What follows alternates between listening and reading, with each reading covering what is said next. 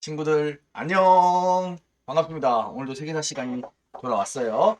자, 어제 1강이랑 2강 수업을 진행을 했는데 벌써 수업을 잘 들었다고 얘기해주는 친구들이 아주 많았어요. 그래서 여러분들의 엄청난 그런 열광에 힘입어서 앞으로는 좀 밀리지 않고 제 시간에 수업을 잘 해보도록 하겠습니다. 인터넷 강의 기다려준 친구들 정말 고마워요. 자, 오늘은 세 번째 시간입니다. 그래서 세계 4대 문명 공부를 할 거고요. 그 중에 첫 번째 시간이에요. 좀 2시간으로 나눠서 진행을 해볼게요. 자, 그래서 우리가 지난 시간에 전사시대 이야기를 했다면 오늘은 이제 본격적인 문명이 탄생하는 겁니다. 그래서 문명이 탄생하고요. 4대 문명이라고 불리는 것들 중에 두 개, 메소포타미아랑 이집트 문명 살펴볼 거고요. 그 다음에 이 지역에 있었던 4대 문명에는 못 끼지만 인류 역사에 큰 영향을 주었던 페니키아랑 헤브라이라고 하는 애들까지 공부를 하는 걸로 수업을 마쳐보도록 하겠습니다. 자, 우리가 지난 시간에는 구석기랑 신석기 시대를 공부를 했어요. 구석기 같은 경우에는 우리가 섞이긴 섞인데 어떡한다. 돌을 부셔서 해서 떼어내는 석기, 어떤 석기? 뗀석기를 사용했고요. 신석기 시대 같은 경우는 조금 더 발달했어요. 같은 석기지만 돌을 갈아서 만드는 우리가 무슨 석기? 간석기 사용했었고요. 구석기 같은 경우에는 식량을 얻어내기 위해 우리가 사냥이나 채집을 했습니다. 반면에 신석기 시대 때는 인간이 드디어 식량을 어떻게 할 수 있게 된 거예요? 인간이 식량을 생산할 수 있게 되었다. 그래서 농경과 목축을 했다. 자, 그래서 구석기 같은 경우는 이동 생활했고요. 신석기 같은 경우는 정착 생활했다. 그래서 우리는 구석기에서 신석기를 넘어올 때 농경과 목축, 정착 생활을 엄청난 인간 삶의 변화가 찾아왔기 때문에 이것을 무엇이라고 한다? 신석기 혁명이라고 부른다까지 우리가 공부를 했을 겁니다. 그리고 수업의 말미에는 우리가 구석기랑 신석기 시대는 아직 사냥 채집 단계에서 그 다음에 농경 목축 단계에서도 식량 생산이 원활하지 않았기 때문에 식량의 수급, 식량이 넉넉하지가 않았기 때문에 모두가 다 조금씩 나눠 갖는 사회, 가난한 어떻게 보면 평등한 사회, 아직은 계급이 나눠지지 않은 사회였다라고 우리가 공통점까지 살펴보았을 겁니다. 자, 그럼 오늘 그 뒤의 이야기를 마저 해보겠습니다. 자, 본격적으로 문명에 대해 이야기를 해볼게요. 자, 문명이라고 하면은 여러분들 잘 모를 수 있는데 쉽게 이야기하자면 문명은 자연의 반대다. 이렇게 생각을 하면 좋을 것 같아요. 문명이라고 하는 것은 인간이 만든, 인류가 만든 모든 물질적, 기술적, 사회 구조적인 발전을 다 이야기를 합니다. 인간이 만든 건물, 인간이 만든 뭐 제도, 인간이 만든 사회, 인간이 만든 국가, 인간이 사용하는 뭐 언어, 인간이 사용하는 물건 이런 것들 기타 등등을 다 우리가 문명이라고 이야기를 할 수 있는 겁니다. 근데 이것들이 뭐다? 이제 구석기와 신석기를 거친 이후에 청동기 시대로 오면서 미친 듯이 성장을 하게 되었다. 이렇게 여러분들이 체크를 해주면 좋겠습니다. 자, 우리 신석기 시대 때 인간이 농업을 했다고 했어요. 그 농업은 시간이 지나면서 점점 더 발전할 겁니다. 청동기 시대에 접어들면 더욱더 발전할 거고요. 자, 농업이 발전하면 발전할수록 사람들은 작은 강이 아니라 농사를 하기 위해서 큰 강 유역에 모여 살게 됩니다. 그런데 이 큰 강 유역에 사람들이 모여 살게 되면 무슨 문제가 발생을 하느냐? 이 큰 강의 물을 다루기가 어려워요. 자, 우리가 작은 하천일 경우에는 소수의 부족들로도 컨트롤이 가능하지만 큰 강 유역에 있을 경우에는 이 물을 관리하기 위해서 이 물을 농업 용수로 사용하기 위해서 혹은 홍수로 넘쳐나는 강의 그런 뚝을 만들기 위해서 등등 대규모로 물 관리를 할 필요가 어, 생기게 됩니다. 그렇기 때문에 사람들은 인구가 집중돼서 큰 강 유역에 모여 살 수밖에 없게 되는 거예요. 자, 또 농업이 발달하다 보니까 처음이랑 다르게 농사를 짓고 나서 다 나누어 먹었는데 남는 농산물들이 생기게 됩니다. 우리는 이것을 무엇이라 그러냐? 잉여 생산물이라고 표현을 합니다. 남아있는 그런 생산물이라는 거예요. 그러다 보니까 이 남은 생산물을 누군가는 가져야 되잖아요. 버리진 않을 거 아니에요. 그죠? 누군가는 갖다 보니까 누구는 많이 갖고 누구는 적게 갖는 인간 사회의 최초로 빈부격차가 발생하기 시작합니다. 이 빈부격차라는 게 이 신석기에서 청동기 넘어오면서 문명이 탄생할 때쯤에 처음 생겨가지고 사실 아직까지도 인간 역사에서 해결하지 못하고 있는 문제가 빈부격차죠. 근데 그 뿌리 깊은 문제가 이때 생긴 거예요. 문명이 탄생할 때 즈음에 벌써 생겼어요. 정말 대단하죠. 자, 그래서 빈부격차가 생기다 보니까 이것이 결국에는 계급의 발생으로까지 이어집니다. 그래서 높은 계급과 낮은 계급, 인간 사회에 드디어 계급이 등장하게 되는 거죠. 지금 이제 인간 사회에서 법적으로는 이런 계급 문제들은 우리가 해결을 했죠. 그죠? 그런데 이제 빈부격차 이런 것들은 아직 남아있는 거고요. 자, 계속해서 넘어가 보도록 하겠습니다. 또 무엇이 농업 말고 또 어떤 것이 문명의 발달에 발생에 영향을 주었냐? 청동기 이야기를 안 할 수가 없어요. 자, 인간이 드디어 금속성의 물건을 사용하기 시작합니다. 최초로 사용한 것은 뭐였다? 청동기 되겠습니다.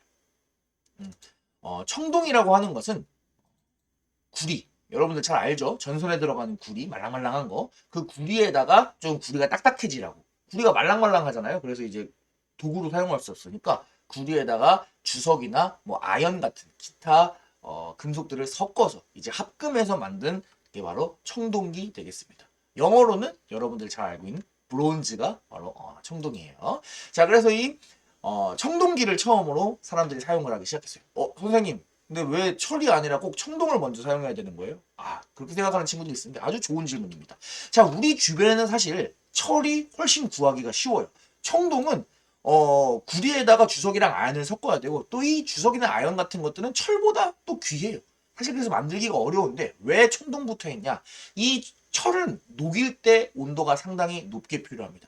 그런데 이때 당시에는 아직 몇백도 몇천도 올라가는 정도의 열을 가할 수 있는 기술이 없었어요. 그래서 비교적 상대적으로 녹는 점이 낮은 그런 구리를 메인으로, 그래서 청동을 메인으로 사용을 하게 되었다. 이렇게 생각을 해주시면 좋을 것 같아요.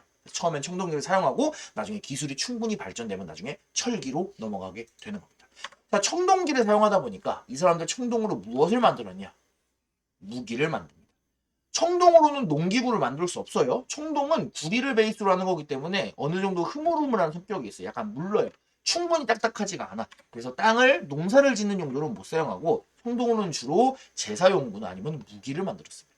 자, 날카로운 청동 칼이 생기다 보니까 뭐가 더 활발해지겠어요? 정복 전쟁이 더욱더 활발해지게 되겠죠. 남아도는 생산물인 잉여 생산물 역시 정복 전쟁에 영향을 주었을 거예요. 자, 이렇게 전쟁이 활발해지다 보니까 어떻게 돼요? 다른 부족에 쳐들어가가지고 그 부족을 우리 부족으로 통합하게 되죠. 부족들이 더더욱 넓어지고 커지고 하는 부족 통합의 문제가 발생을 할 겁니다. 자, 이러한 일련의 과정들이 전부 다 뭐에 영향을 준다? 문명이 발생하는 데 영향을 준다는 거예요. 사람들이 모이다 보니까 도시가 생기고요. 도시가 더욱더 성장하면 국가가 되고요. 사람이 너무나 많다 보니까 정보를 효과적으로 보관하고 전달하기 위해서 무엇까지 발생하게 되는 거예요? 문자까지 발명하게 되는 거예요. 결국 인간은 농업의 발달과 청동기의 사용, 단순히 청동 무기뿐만 아니라 청동기의 사용을 통해서 문명의 발생에 이르게 되었다. 우리가 이걸 뭐 과정을 하나하나 외울 필요는 없어요. 그냥 큰 흐름을 우리가 이러한 과정이었다라고 이해만 하면 좋을 것 같아요. 이 개개인의 내용들 자체는 뭐 교과서나 선생님들에 따라서 조금씩 다를 수 있기 때문에 뭐 굳이 이거를 일일이 칸칸 외울 필요는 없습니다. 자, 그래서 문명이 발생했는데 우리가 세계사에서 흔히 인간의 가장 초창기에 발생한 문명을 4개 정도로 꼽습니다. 그래서 우리는 이것을 흔히 4대 문명이다. 이렇게 습관적으로 표현을 하고요. 4대 문명은 순서대로 메소포타미아 문명, 그 다음에 이집트 문명, 그 다음에 인더스 문명, 요새는 인도 문명이라고 하는 표현을 많이 써요. 인도 문명, 그리고 중국 문명, 이 정도가 될 것 같아요. 그래서 이 4대 문명의 공통점을 좀 우리가 알 필요가 있는데 지도로 보면 일단 여러분 다 유추할 수 있죠? 바로 뭘 끼고 있어요? 다 큰 강을 끼고 있습니다. 작은 강 안 돼요. 반드시 큰 강이어야 됩니다. 충분히 강이 커야지 강 유역에 사는 사람들을 먹여 살릴 정도의 농업을 우리가 생산을 할 수 있고요. 충분히 강이 커야지만 그 강을 컨트롤하기 위해서 수많은 사람들이 모여들게 됩니다. 인구가 집중되어야지 문명이 발생할 수 있는 겁니다. 자, 그 다음에 기후대를 보면 어때요? 딱 진짜 신기하게 20도에서 40도 위도 사이에 딱 모여있죠. 너무 북쪽도 아니고 너무 남쪽도 아니란 거예요. 너무 위나 아래로 올라가면 온도가 극단적으로 변하잖아요. 근데 그런 것이 아니라 기후가 적당하다는 겁니다. 우리는 적당하다라고 하는 기후를 뭐라고 표현할 거냐? 온화한 기후, 이렇게 보통 표현을 합니다. 그래서 이 두 가지 특성 여러분 잘 알아주면 좋을 것 같아요. 자, 큰 강 나온 김에 강의 이름도 반드시 어떤 문명인지 연결해서 알아주시기 바랍니다. 이집트 문명 같은 경우에는 나일강, 메소포타미아 같은 경우에는 티그리스강과 유프라테스강. 이 메소포타미아라고 하는 말 자체가 두 개의 강 사이에 있다는 뜻이에요. 그래서 두 개의 강 사이죠. 메소포타미아. 그 다음에 인도 문명 같은 경우에는 인더스강. 그 옆에 또 겐지스강 같이 알아두시면 좋을 것 같고요. 중국 문명 같은 경우에는 황허강. 그 다음에 하나 더 알아주면 창장강. 이렇게 여러분들이 체크를 해주시면 좋을 것 같습니다. 좋습니다. 그러면은 지금부터는 4대 문명을 하나하나 알아보는 시간을 갖도록 하겠습니다. 메소포타미아 문명 먼저 들어가 보도록 할게요. 자, 메소포타미아 문명은 지금 지도로 따지면은 이쪽 동네를 이야기를 합니다. 지금으로 따지면은 여기 이라크, 이란 이런 동네가 있는 데다 이렇게 생각을 하시면 좋을 것 같아요. 들어가 보도록 합시다. 자, 여기 보면은 아까 여기 지도를 확대, 이 빨간 지도를 확대하면 이렇게 되는 거예요. 자, 여기 이렇게 티그리스 강이 흐르고 여기 유프라테스 강이 흐릅니다. 그리고 두 개의 강 사이에 있다 보니까 굉장히 토지가 비옥하다. 농사가 잘 되는 아주 좋은 땅이었어요. 이 땅에 수메르인이라고 하는 사람들이 자리를 잡습니다. 그리고 지금으로부터 약 5,500년 전에 기원전 3,500년 전에 메소포타미아 지역에 인류 최초의 문명을 만들었다. 이렇게 얘기가 되겠네요. 이 아래쪽에 다양한 도시 국가들이 건설이 되었다고 합니다. 자, 이 사람들의 특징은 무엇이냐? 큰 유적이 하나 남아 있어요. 무엇이냐? 지구라트라고 불리는 유적이 남아 있습니다. 이거는 수메르인들이 만든 거대한 신전이에요. 자, 지금 생긴 건 이렇게 남아 있고요. 위에가 약간 부서졌어요. 그래서 옛날에는 아마 이런 모양이었을 거다. 그래서 수많은 사람들이 이 신전을 통해서 신에게 제사를 지내고 신을 모셨을 거다. 이렇게 생각을 합니다. 자, 그런데 이 메소포타미아 지역에서는 이 지구라트에서 신전, 제사를 지낼 때 어떤 사람이 이것을 담당을 하냐?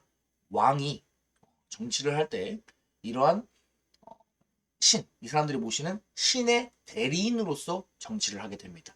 그러니까 왕이 자기의 권력을 강화하기 위해서 어떻게 보면 신의 힘을 빌렸다. 이렇게 얘기를 할 수 있겠죠. 우린 이걸 역사용어로 뭐라고 부르냐? 신권 정치다. 이렇게 얘기를 합니다. 자, 신권 정치라고 하는 것은 왕, 지도자가 신의 권력을 빌어서 정치를 하는 것이다. 이렇게 이해를 하면 좋을 것 같아요. 그래서 왕이 신의 대리인으로서 강력한 왕권을 가졌던 것이 메소포타미아 문명의 특징이고요. 그 다음에 이 사람들이 남긴 유적으로는 지구라트라고 하는 거대한 신전이 있더라. 이런 것도 여러분이 체크를 해주면 좋을 것 같습니다. 자, 문명이 형성되면서 문자를 만들었다고 했어요. 메소포타미아 문명의 사람들이 만들었던 문자는 우리가 쇠기 문자라고 합니다. 왜 쇠기 문자냐? 여기 글자가 어때요? 모양이 뾰족뾰족하죠? 이 뾰족뾰족한 글자의 모양이 마치 뭐와 같다? 쇠기와 같다. 여러분 쇠기가 뭔지 잘 모르는 친구들이 있는데요. 쇠기는 틈에다가 꽉 박아 넣어 버리는 그런 뾰족한 것들을 우리가 쇠기라고 이야기를 합니다. 그래서 마치 쇠기 모양이다 라고 해서 우리가 쇠기 문자 이렇게 표현을 합니다. 여러분은 아마 쇠기라는 단어를 들어봤을 때는 그럴 때 들어본 적 있을 거예요. 축구 좋아하는 친구들은 왜 손흥민 축구 하잖아요. 그러다가 손흥민이 골을 빡 넣었어요. 그럼 해설하는 사람이 와 손흥민 쇠기 골을 넣었습니다. 뭐 이런 얘기 들어본 적 있어요? 네. 마지막에 상대방이 못 쫓아오게 마지막에 한 번에 꽉 넣어버려가지고 간격을 확 벌려버리는 그런 골을 우리가 흔히 쐐기골이라고 이야기를 하는데 그 쐐기골 할 때 쐐기가 그 틈 사이에다가 확 박아버리는 이 쐐기를 이야기를 하는 겁니다. 자, 무튼 쐐기 모양을 닮은 쐐기 문자. 좋습니다. 이 쐐기 문자는 어디다가 기록을 하냐? 점토판에다가 기록을 합니다. 이 시기에는 아직 종이나 이런 것들이 발달하지 않았어요. 그래서 점토에다가 막대기를 이용해가지고 이렇게 쐐기 문자를 새겨놓고 그 다음에 이것을 말려가지고 굳혀가지고 보관을 하게 됩니다. 그러다 보니까 이 쐐기 문자로 되어 있는 기록들이 아직도 많이 남아있는 거죠. 만약에 좀 없어지기 쉬운 데다가 기록했으면 제대로 남아있지 않을 수도 있는데 수천 년의 시간이 흘렀음에도 불구하고 점토판에 있기 때문에 비교적 잘 유물이 남아있다. 이렇게 볼 수 있겠습니다. 자, 이 메소포타미아 지역에서 여러 개의 나라들이 생기는데요. 그 중에 우리가 하나 정도만 공부를 하자면 바빌로니아 왕국이라고 하는 나라를 얘기할 수 있을 것 같아요. 바빌로니아 왕국은 메소포타미아 지역을 통일한 나라입니다. 그런데 이 바빌로니아 왕국이라고 하는 이름보다도 바빌로니아 왕국의 유명한 왕을 우리는 한 명 알아야 돼요. 그 사람이 누구냐? 바로 함무라비 왕이라고 하는 사람입니다. 자, 이 사람은 왜 유명하냐? 이 함무라비 왕은 쐐기 문자를 이용해서 기록한 함무라비 법전을 남겼는데요. 자, 우리가 수업 1강 때 얘기를 했죠. 과거의 상황을 알기 위해 우리는 사료를 해석해야 된다. 근데 세계사 시간에 처음으로 나오는 사료가 바로 이 함무라비 법전 되겠습니다. 그래서 여기 보면은 이 쇠로 된 기둥이에요. 위에는 자기의 모습을 새겨놨고요. 여기 아래에다가 쐐기 문자로 내용을 기록을 한 건데 지금 여기가 약간 화질이 굳어가지고 잘 나오지 않네요. 선생님 내용을 갖고 왔어요. 함무라비 법전의 내용 여러분들이 굉장히 중요하니까 반드시 잘 체크를 해주시기 바랍니다. 자, 그럼 하나하나 한번 해석을 해보도록 하겠습니다. 자, 읽어볼게요. 195조. 아들이 아버지를 때리면 아들의 두 손을 자른다. 귀족의 눈을 멀게 한 자는 그의 눈도 멀게 한다. 귀족의 뼈를 부러뜨리면 그의 뼈도 부러뜨린다. 귀족이 평민의 눈을 상하게 하거나 뼈를 부러뜨리면 은화를 지불한다. 노예가 귀족의 뺨을 때리면 귀를 자른다. 자, 우리는 이것들을 보면서 메소포타미아 지역, 바빌로니아 왕국의 당시 사회 모습에 대해서 우리가 유추를 할 수 있어야 됩니다. 같이 한번 해보도록 할게요. 자, 먼저 196조와 197조에서 무엇을 알 수 있냐? 눈을 멀게 하면 눈을 멀게 한다. 뼈를 부러뜨리면 뼈를 부러뜨린다. 우리가 흔히 뭐라고 얘기해요? 눈에는 눈, 이에는 이라고 이야기를 하죠. 그런 거. 복수를 하는 것처럼 복수주의다. 이렇게 우리가 표현을 할 수 있을 것 같습니다. 자기가 당한 것만큼 그대로 돌려주는 것들을 기본 베이스로 삼았다. 이렇게 체크할 수 있을 것 같고요. 자, 그 다음에 198조와 205조를 보니까 어때요? 귀족이랑 평민 그리고 노예라고 하는 신분이 존재했다는 거 우리가 확인을 할 수 있죠. 그래서 귀족, 평민, 노예 신분제 사회고 그 다음에 또 보니까 198조에서 귀족이 평민의 눈을 상하게 하면은 은화, 돈으로 내는 거예요. 그런데 노예가 귀족을 상하게 하면 뺨을 때리기만 했는데도 귀를 잘라요. 어때요? 귀족한테는 약하게, 노예한테는 세게 하죠. 그래서 우리가 신분이 존재하는 것뿐만 아니라 신분에 따라서 법이 차별적으로 적용되었구나 라고 하는 것도 우리가 확인을 해볼 수 있어요. 지금 우리나라 2024년의 사회에서는 법은 누구에게나 공평하고 평등하게 적용이 되는 게 당연한 상식이잖아요. 그런데 이때는 아니었다는 겁니다. 자, 그 다음에 198조를 보니까 또 은화라고 하는 걸 보니까 은으로 만든 동전이 사용됐구나. 화폐가 존재했구나. 그러니까 당연히 서로 물건을 사고 파는 상업도 이루어졌겠구나 라고 하는 것도 우리가 함무라비 법전에서 해석할 수가 있겠네요. 자, 그래서 우리가 사료를 이런 식으로 읽어냄으로써 과거의 모습을 유추하고 상상할 수 있는 능력을 여러분들이 반드시 키워주기를 바랍니다. 좋습니다. 바빌로니아 왕국은 함무라비 왕이 죽고 난 이후에 조금씩 쇠퇴하다가 결국에 히타이트라고 하는 사람들이 위쪽에서 쳐들어오면 지금의 튀르키예 쪽에서 쳐들어오면서 멸망을 하게 됩니다. 이 히타이트라고 하는 사람들은 인류 최초로 철제 무기를 사용하는 사람들이라고 하니 청동기 문명을 바탕으로 만들어졌던 바빌로니아 왕국은 철제 무기를 사용하는 히타이트를 이길 수가 없었겠죠. 좋습니다. 그렇게 해서 메소포타미아 문명은 이 정도로 여러분 이해를 하시면 좋을 것 같습니다. 자, 두 번째 이집트 문명 가보도록 하겠습니다. 이집트 문명의 위치는 이렇게 생겼어요. 자, 우리가 이집트 문명의 위치를 보면은 여러분들이 생각이 날 수밖에 없습니다. 지도를 딱 보면은 이 땅이 뭐예요? 사막이죠. 그럼 도대체 이 사막에서 사람들이 어떻게 살았을까? 라는 궁금증이 드는데 이집트 문명에는 하나의 축복이 있습니다. 무엇이냐? 바로 나일강이라는 겁니다. 이집트 문명은 나일강의 선물이다 라고 하는 표현을 역사학자들은 흔히 쓰고는 해요. 무슨 말이냐? 이 사막 한가운데를 흐르는 나일강은 정말 기가 막히게 정기적인 날짜에 범람을 합니다. 그러니까 홍수가 너무 많이 나는 것도 아니고 홍수가 너무 적게 나는 것도 아니고 정해진 날짜가 되면 적당히 흘러 넘쳐서 강 주변에 있는 땅을 굉장히 농사가 잘 되게 비옥하게 만들어주는 게 나일강이에요. 그러다 보니까 이 나일강 유역에서는 가만히 있어도 농사가 굉장히 잘 되고 풍성한 수확을 거둘 수 있었다. 그렇기 때문에 이것이 문명의 기반이 되었다. 이렇게 얘기할 수 있습니다. 그래서 이집트 사람들은 이 나일강을 유역으로 해서 지금 지도를 한번 다시 볼까요? 지금 칠해서 잘 안 보이는데 이 지도를 보게 되면 어때요? 다른 지역은 다 사막이죠. 다른 동네는 다 사막인데 이 강 유역만 딱 강 따라서 요만큼만 이제 발달했잖아요. 마치 이런 것처럼 나일강 유역을 중심으로 오랫동안 왕국을 유지할 수 있었던 게 바로 이집트 문명 되겠습니다. 자, 이집트 문명을 다스렸던 사람은 여러분 들어본 적 있을 겁니다. 뭐라고 부르죠? 네, 파라오라고 불렀습니다. 자, 이 파라오라고 하는 사람은 스스로를 뭐라고 주장했냐? 태양신의 아들이자 살아있는 신이라고 주장을 했어요. 역시 뭐예요? 신의 권력을 빌어서 정치하는 신권 정치였다. 이렇게 생각을 할 수 있겠네요. 파라오의 막강한 권력을 상징할 수 있는 건축물들도 있었죠. 예를 들어서 피라미드나 스핑크스. 파라오의 무덤이었던 피라미드, 그것을 지키는 스핑크스 우리가 세트로 잘 알아주시면 좋겠네요. 자, 이집트 하면 우리가 뭐니뭐니도 빠뜨릴 수 없는 게 바로 미라지요. 사람이 죽으면 어때요? 그 사람의 육신을 썩지 않게 하기 위해서 무엇으로 만들었다? 칭칭 감아서 미라로 만들었습니다. 미라로 만드는 과정은 여러분 들어봐서 잘 알 거예요. 사람이 죽으면 안에 있는 장기를 다 꺼냅니다. 장기를 꺼내가지고 항아리 같은 데다 잘 보관하고요. 역시 사람의 뇌 역시 꺼냅니다. 왜냐하면은 그렇지 않으면 뇌나 장기가 썩어가지고 미라를 만들 수가 없어요. 잘 꺼내서 보관하고 사람의 몸 안에는 다른 것들을 잘 채워 넣고 거기를 붕대로 칭칭칭칭칭 감아가지고 공기가 안 통하게 하면 썩지 않는 미라가 된다. 이렇게 여러분들이 체크할 수 있을 것 같습니다. 이거 실제로 몇천 년 전에 죽은 사람이에요, 실제로. 근데 살이 이렇게 썩지 않고 미라로 남아있는 거예요. 그러면은 이집트 사람들은 왜 미라를 만들었냐? 그거에 대해서 우리가 알아야겠죠. 왜냐? 이집트 사람들은 영혼 불멸 사상. 영혼은 죽지 않는다. 사람은 죽지만 영혼은 죽지 않기 때문에 언젠간 나의 영혼이 나의 육신이 다시 필요할 수도 있잖아요. 그때를 위해서 미라를 만들어서 몸을 보관한다는 거예요. 이집트 사람들은 사후 세계를 믿었다. 이렇게 여러분이 체크해 주시면 좋겠습니다.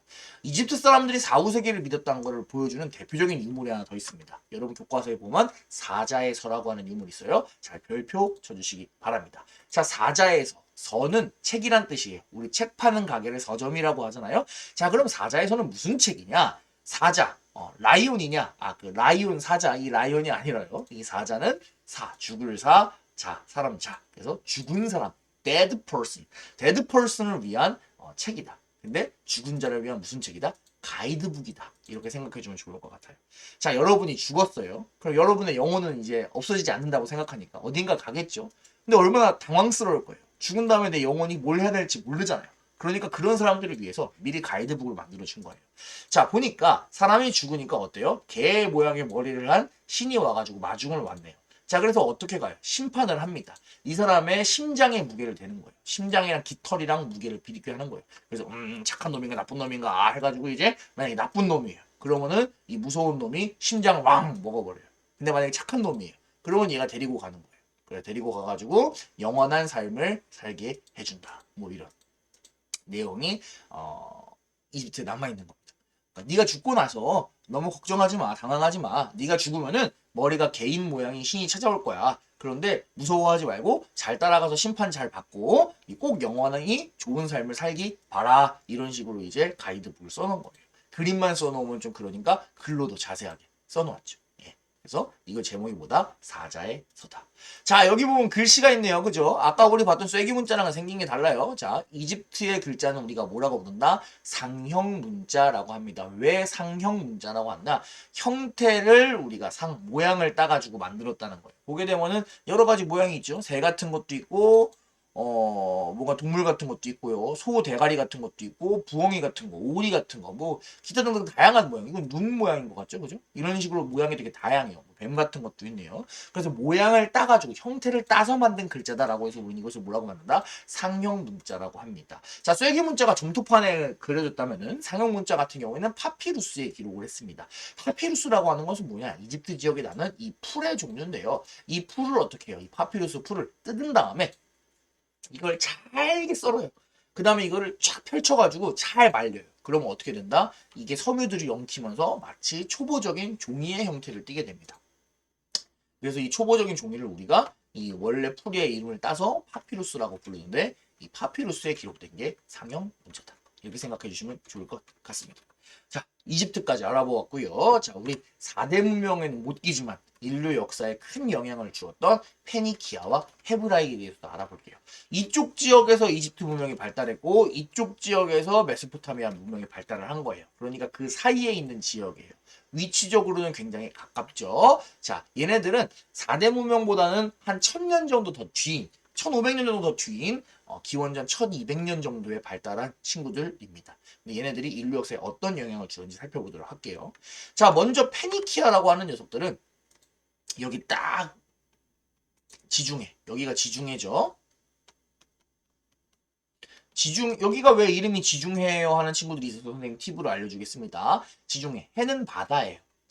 땅지, 중, 가운데 중. 자, 이 바다가 어때요 지금? 이 바다는 여기 위에 유럽과 아프리카 사이에 중간에 껴있죠. 그래서 우리가 땅 중간에 껴있다. 그래서 이걸 우리가 지중해라고 부릅니다. 자, 무튼 이 페니키아 친구들은 지중해의 동쪽 끝에 자리를 잡았습니다. 이쪽에 살면서 바닷가에 살다 보니까 어때요? 여기저기 바닷가를 돌아다니면서 뭘 많이 한다? 무역을 많이 하게 됩니다. 그리고 무역을 많이 하고 그러다 보니까 이쪽 동네에 자기들이 무역하기 편하게 식민 도시들을 많이 건설을 했던 그런 바다에서 생활하는 친구들이 페니키아입니다. 자, 그런데 바다에서 떠다니면서 도시도 세우고 무역도 많이 하고 좋다 이거예요. 그런데 이 사람들이 인류 역사에 어떤 영향을 끼쳤냐? 자, 무역을 많이 하고 거래를 많이 하다 보니까 이 사람들 뭐가 필요해요? 거래의 내용을 정확하게 기록하기 위한 문자가 필요합니다. 이 사람들이 만든 문자를 우리는 뭐라고 부를 거냐? 표음 문자다라고 얘기할 거예요. 왜 표음 문자냐? 음을 표현한다는 거예요.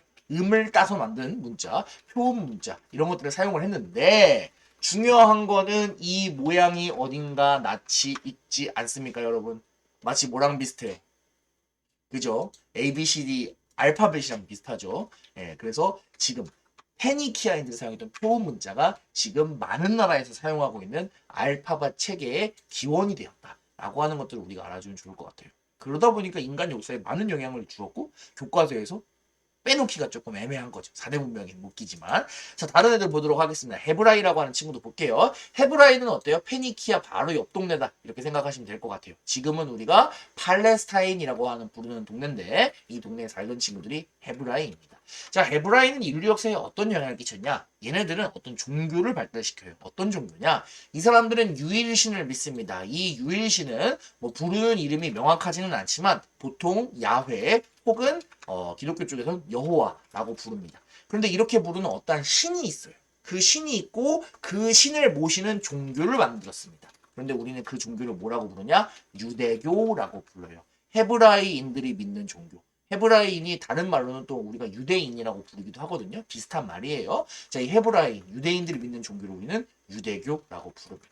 선생님, 얘네들이 기원전 2200년 전에 지금으로부터 3000년 전에 이 동네에서 페니키아 옆 동네에서 신을 믿고 안 믿고가 뭐 그렇게 인류 역사에 중요한가요? 왜 배우나요?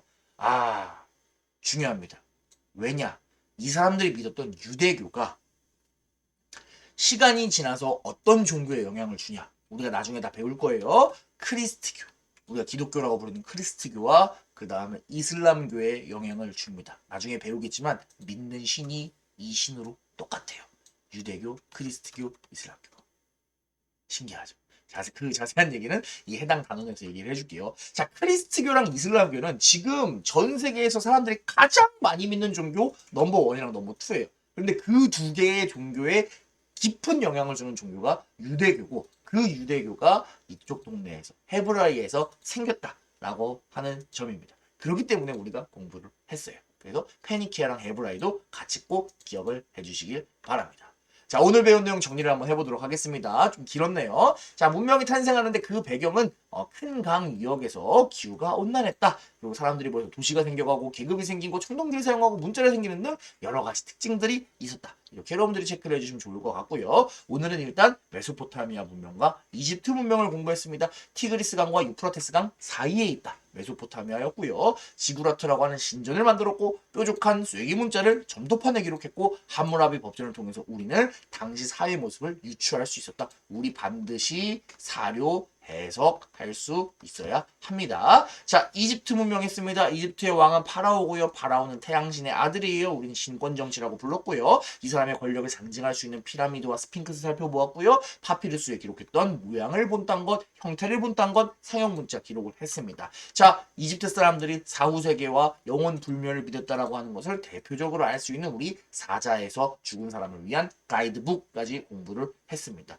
플러스로 여기에 알파벳의 기원이 된 페니키아와 유대교를 만든 헤브라이 역시 잘 기억을 해주시기 바랍니다.